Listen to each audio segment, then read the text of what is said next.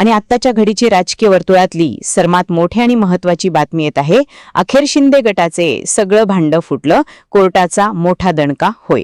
अहो, या देशामध्ये लोकशाही आहेत आणि ती लोकशाही टिकण्यासाठी न्यायालयाचा निर्णय महत्त्वाचा असतो। न्यायालयीन प्रक्रिया महत्त्वाची असते। उद्या कुणीही उठेल आणि मनमानी कारभार करेल, परंतु न्यायालयाचा दणका बसणे गरजेचे आहेत आणि हा दणकाच शिंदे गटाला बसलेला आहे। ज्याप्रमाणे एकनाथ शिंदे साहेब काही आमदार घेऊन गेले होते, त्यानंतर त्यांना डायरेक्ट शिवसेना देण्यात आली, चिन्ह देण्यात आलं आणि उद्धव साहेबांवर एक प्रकारे अन्याय झालेला होता। अहो, खरी शिवसेना कोणाकी यासाठी उद्धव साहेब भांडत होते आणि हा खूप दिवसापासून कोर्टामध्ये युक्तिवाद चालू होता।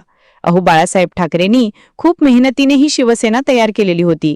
गावाखेड्यातला कार्यकर्ता, तळागाळातला कार्यकर्ता बाळासाहेबांनी एकत्र आणलेला होता आणि मुंबईमध्ये या शिवसैनिकची स्थापना झालेली होती।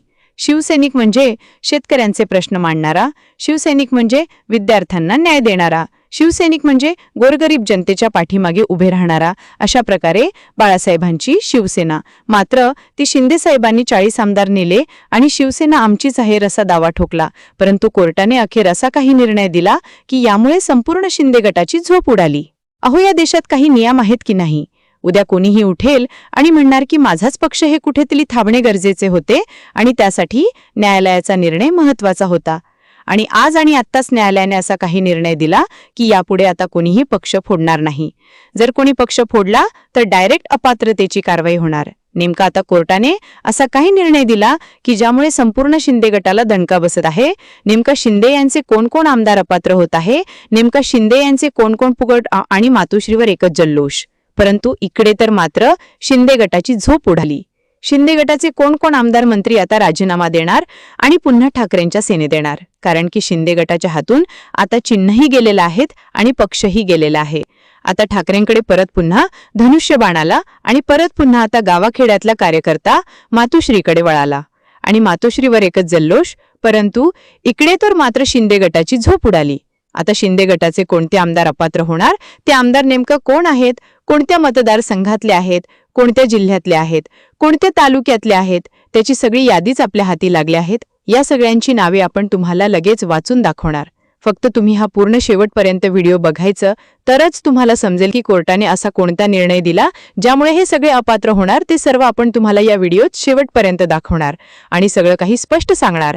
त्यामुळे तुम्हाला हा व्हिडिओ पूर्ण शेवटपर्यंत बघावा लागेल, अजिबात अर्धवट व्हिडिओ सोडायचा नाही।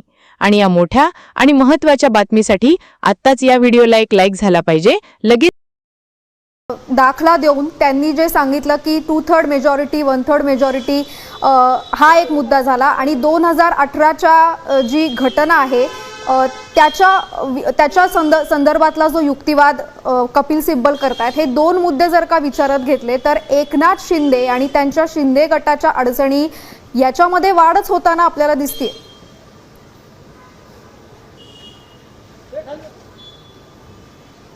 नक्कीच खरं तर ज्या पद्धतीने एकनाथ शिंदे यांच्या शिवसेनेकडून 21 जून 2022 रोजी निर्णय घेण्यात आला। त्यांनी सुरत मार्गे गुवाहाटीला जाण्याचा निर्णय घेतला। त्यानंतर 22 जूनला त्यांनी एक पत्र लिहिलं।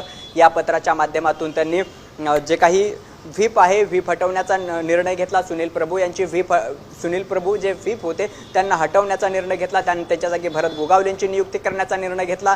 अशा पद्धतीने ज्या काही घटना होत्या त्या सगळ्या घटनाक्रमाचा उल्लेख जो आहे तो कपिल सिब्बल यांच्याकडून सुरू आहे। दुसरा महत्त्वाचा मुद्दा या सगळ्यामध्ये येतो तो म्हणजे 2018ची घटना। खरं तर बाळासाहेब ठाकरे यांच्या निधनानंतर 2013 आणि 2013 मध्ये उद्धव ठाकरे यांच्याकडे पक्षप्रमुख पदाची जबाबदारी देण्यात आली। 2018 मध्ये जी काही शिंदेच्या पूर्ण शिवसेना जी आहे या एकत्रित शिवसेनेनं उद्धव ठाकरे यांच्याकडे पक्षप्रमुख पद दिल्याचं सुद्धा पाहायला मिळत होतं।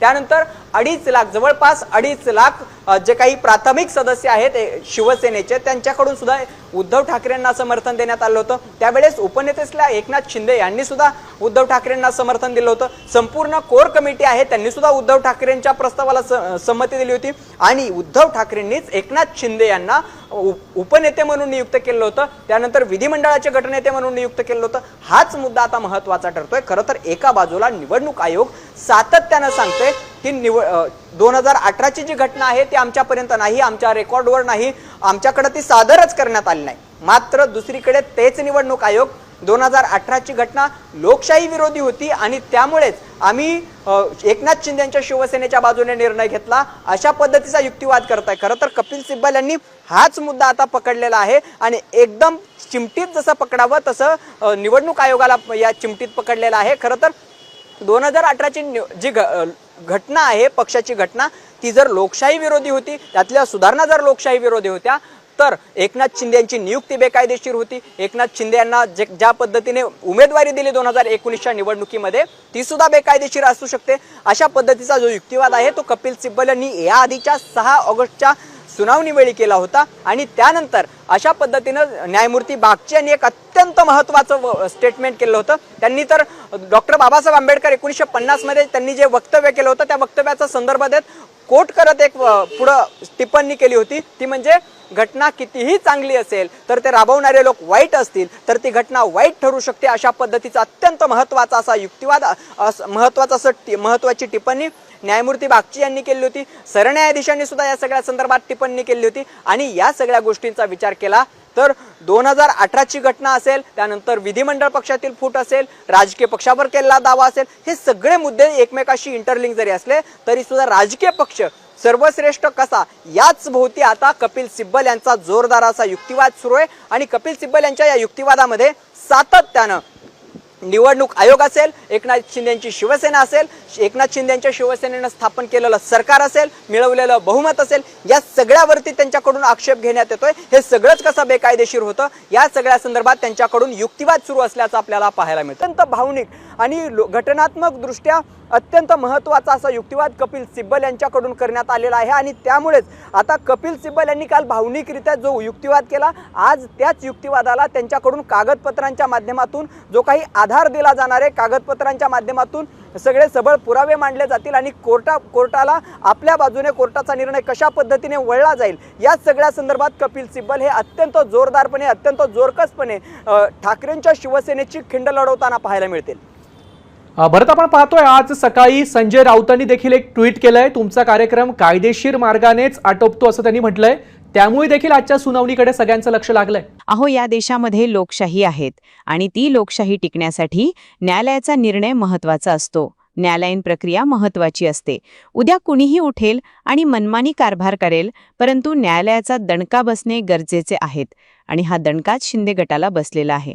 ज्याप्रमाणे एकनाथ शिंदे साहेब काही आमदार घेऊन गेले होते, त्यानंतर त्यांना डायरेक्ट शिवसेना देण्यात आली, चिन्ह देण्यात आलं आणि उद्धव साहेबांवर एक प्रकारे अन्याय झालेला होता.